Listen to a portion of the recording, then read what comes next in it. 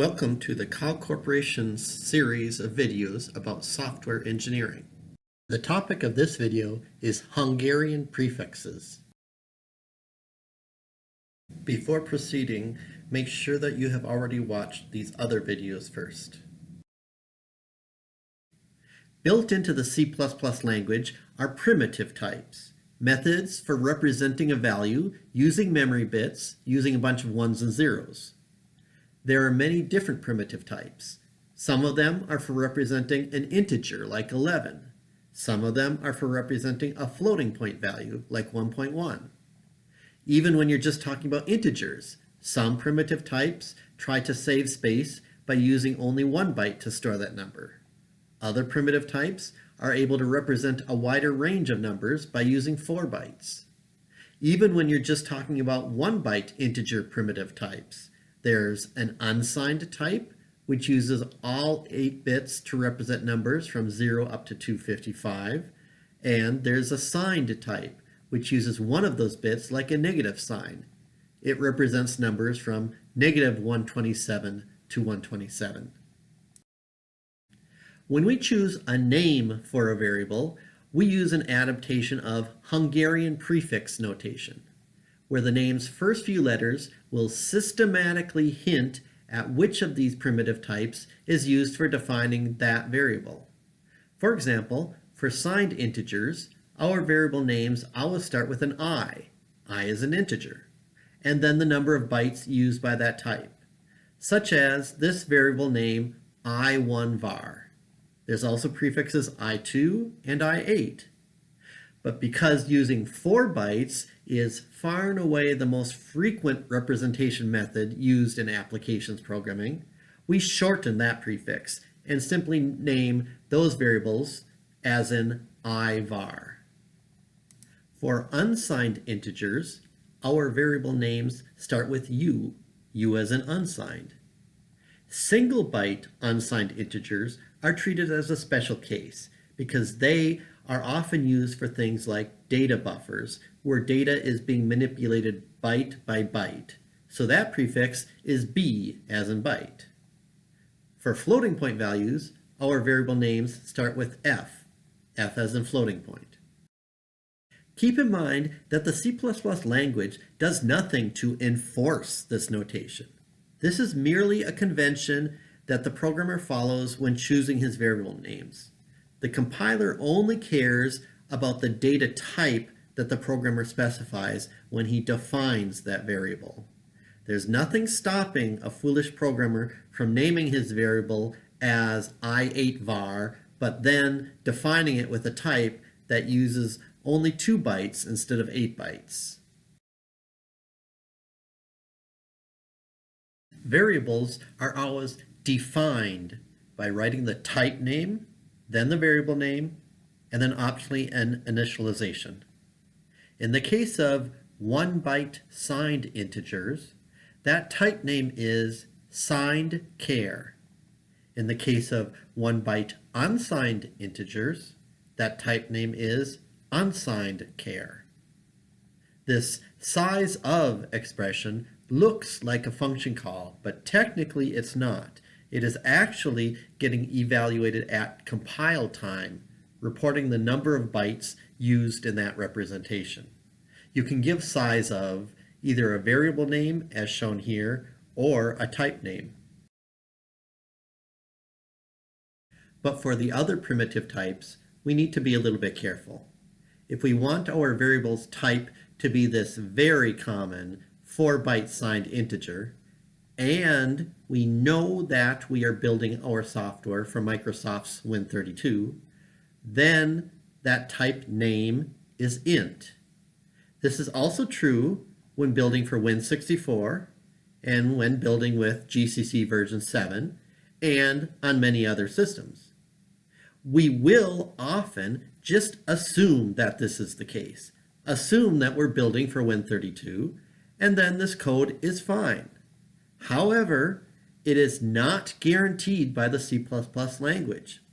It is possible that one day you might be trying to build your C++ code for some other weird, uncommon operating system, And then this simple code could break because that weird compiler is allowed to have its type named int, meaning some other size, perhaps maybe only 1 byte large on that weird system.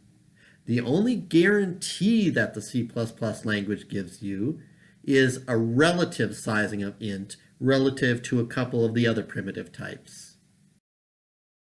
Often, it's not acceptable to just assume that we're building on Win32.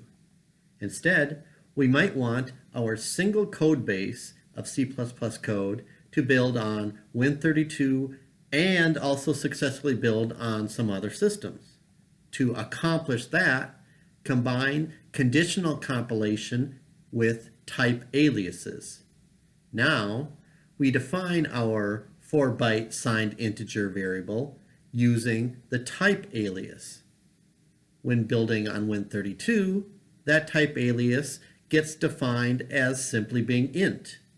But when building on that other weird system, it has the flexibility to be defined somehow differently.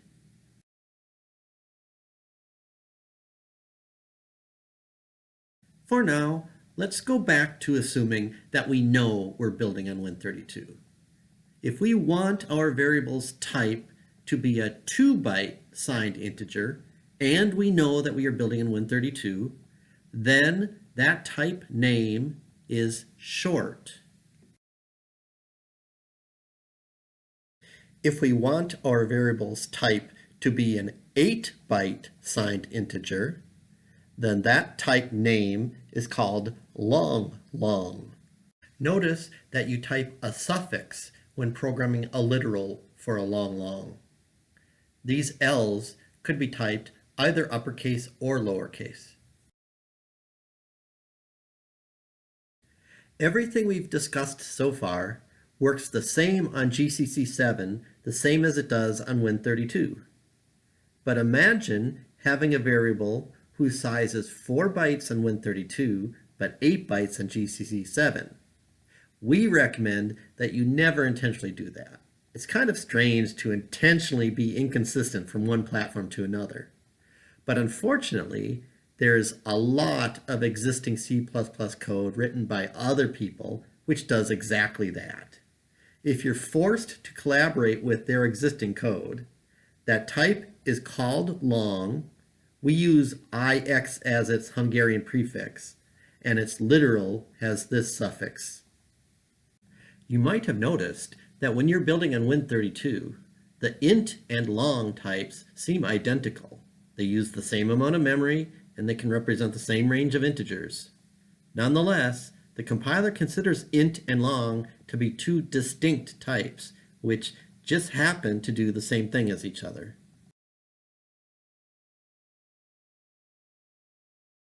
There are also unsigned versions of these types.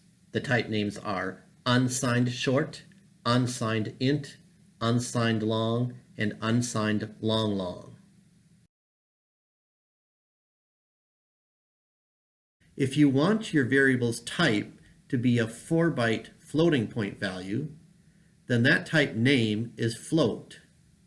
If you want a 8-byte floating point value, then that type name is double. Notice that you type a suffix when programming a literal for a float. There's also a floating point type called long double, which is inconsistent in the same way that long was.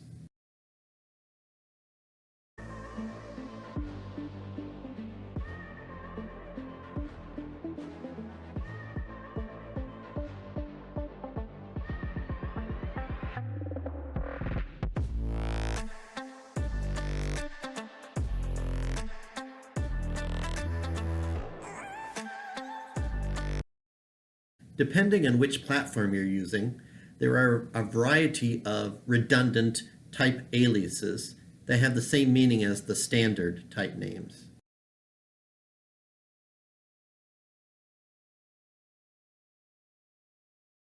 Traditionally, one single byte was used for the storage of a textual character.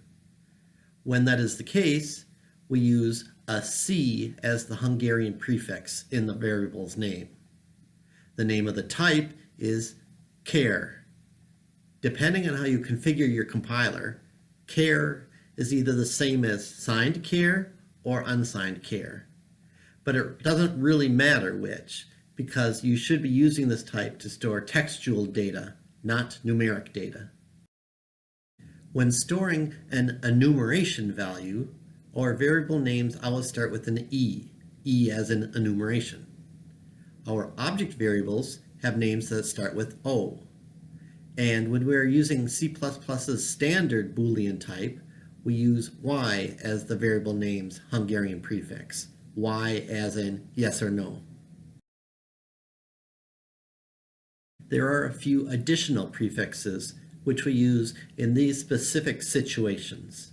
A pointer variable uses a P prefix in its name. That is in addition to the type of the variable being pointed at. So a pointer to an int would be written as PPI_var. Similarly, a reference to an int uses prefix RI. A global variable adds a G to its prefix. Within a function, the name of its parameters add an A to their prefixes, A as an argument. Data members add a M underscore to their prefix. And finally, there are prefixes which we add to the beginning of the names of our classes, interfaces, and namespaces.